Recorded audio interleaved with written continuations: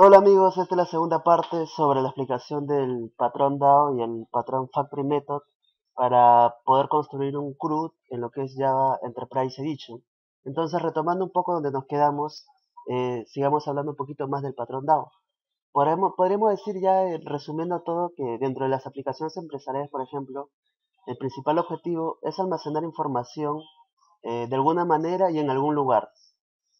Bueno, entonces puede ser, ¿en dónde? Puede ser una base de datos relacional, puede ser una base de datos orientada a objetos, pueden ser archivos planos o archivos de texto, o puede ser inclusive en memoria, como se les ocurra, o en Excel quizás. Así que para cada mecanismo de almacenamiento existen múltiples formas de acceder a la fuente física de los datos. ¿Ya? Y esto es algo que al negocio debería ser transparente. Esto no le debería importar a nuestra capa de negocio. Por tal motivo se debe extraer todo este conocimiento y envolverlo en una capa, ¿no? En una capa de persistencia. Entonces, el patrón DAO muestra una forma de envolver este conocimiento y evitar que en la capa de negocio se manche las manos con esta ardua tarea, lo que significa la explotación de los datos será mediante objetos DAO. A ver, ¿qué más le puedo decir? La información que se obtiene de las fuentes de datos es convertida o encapsulada a un objeto de tipo transfer object, ¿no? Transfer object, que son los DTO, o alguna colección de esto. Cuando yo me menciono DTO, también puedo mencionar este de acá, que le conocemos como value object, lo podemos conocer como bin, lo podemos conocer como entidad, ¿no? Exacto, técnicamente no es lo mismo, pero sí para lo que es lo que recién nos estamos adentrando en este tema, podríamos decir que es lo mismo. Que es lo mismo hablar de entidad, value object, data transfer object, o bin, o pojo también, ¿ya? Entonces, ¿qué vendría a representar un value object? Bueno, imaginemos que tengamos la siguiente problemática. Al momento de pasar argumentos de un objeto a un método, puede ocasionar que el método reciba gran cantidad de datos pasados como parámetros. Gran cantidad de datos, que puede ser el ID, el nombre, edad, teléfono, dirección. Lo voy pasando uno por uno, así, a mi método. Digamos que si posteriormente requerimos la modificación de uno de esos argumentos, se obliga a que todos los métodos que reciban estos argumentos sean cambiados. Ya, ven la problemática ahora, ¿no? Presentándose problemas de acoplamiento y mantenibilidad, ¿no? Entonces acá estamos rompiendo con la regla de lo que es este bajo acoplamiento y alta cohesión. En vez de yo pasar estos parámetros que es ID, nombre, edad, teléfono y dirección, uno por uno, yo debería pasar al método que un objeto de tipo eh, value object, ¿no? O data transfer object, que es lo mismo para lo que es este tema.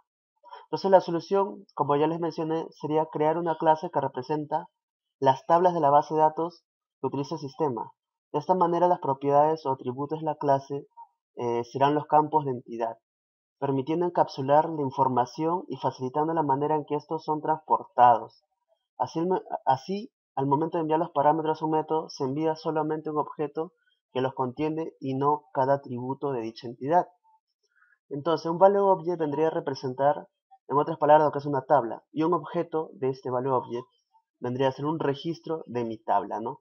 Así nosotros vamos separando poco a poco, en pequeñas capas, nuestra aplicación para que sea más fácil su mantenimiento. A ver, ¿qué más podemos decir? Entonces hablamos sobre el patrón factory method. Acá tengo que hacer este, a ver, que cometí un pequeño error en el video pasado, indagando más. Sí era el patrón factory, ¿no? Era el patrón factory method y no el patrón fábrica abstracta, como les había mencionado. Bueno, es de humanos equivocarse, ¿no? Entonces, con este ejemplo creo que les va a quedar mucho más claro que es a lo que yo me refería, ¿no? ¿Por qué tendríamos que usar otro patrón de diseño más para, para poder hacer una aplicación más escalable? A ver, digamos que por azares del destino nuestra aplicación ha de, hacer, ha de usar muchas fuentes de datos. Como dice acá el gráfico, puede usar por ejemplo archivo de texto, puede guardar los datos en un Excel o puede guardarlos en una base de datos relacional como es MySQL Server. Entonces, ¿cómo yo administro todos estos mecanismos? Entonces, imaginemos que tenemos que administrar estas tres fuentes de datos, ¿no? Y si la capa de negocio no debería enterarse cómo se extrae la información, ¿yo qué debería hacer? Bueno, entonces el patrón Factory Method nos dice cómo podemos solucionar este problema.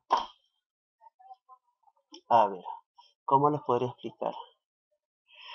Imaginemos esto, como le dije, nuestra capa de negocio no tendría que enterarse con qué fuente de datos trabaja.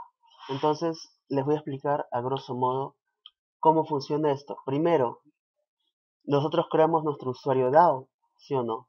Como ya sabemos que es el patrón DAO, que es una interfaz. Esta interfaz va a ser implementada por cada,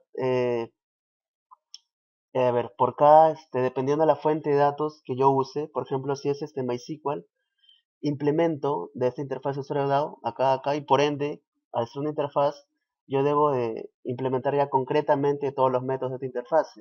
Luego, lo dejamos acá por un momento. Yo tendría que tener una fábrica, un factory DAO, que me va a crear objetos DAO, obviamente, que me va a crear en este caso, digamos, subfábricas que me van a devolver usuarios DAOs. Por ejemplo, yo tengo acá mi subfábrica para MySQL, para usuarios MySQL DAO, para usuarios DAO de Excel y usuarios DAO de archivo de texto. Inclusive yo puedo crear acá una más para lo que se guarda en memoria. Entonces, ¿qué es lo que hace esto? Para empezar, esto por herencia, como ya saben, este icono significa herencia o generalización o especialización, depende si lo ven de arriba para abajo, de abajo para arriba. Eh, entonces, estas tres clases de acá, MySQL, XLS y TXT, es, a ver, este bien puede ser una clase concreta o una clase abstracta. Por recomendación, pongamos que sea una abstracta. Si es abstracta porque digamos, a implementar el método getUsuarioDAO, acá está, lo va a implementar. Y este símbolo acá de UML significa que me va a devolver este usuario, ¿no? O sea, mi, mi clase FactoryDAO, ¿qué es lo que va a hacer?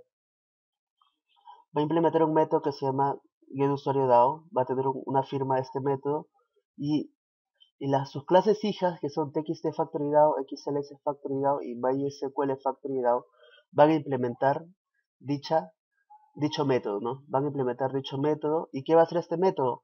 Me va a devolver una clase concreta de tipo DAO dependiendo del origen de datos con el que yo quiero trabajar.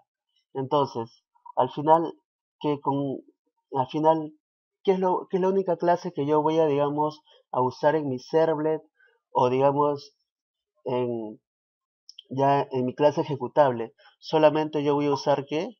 El factory DAO. Nada más, no me interesa saber nada de lo que está acá.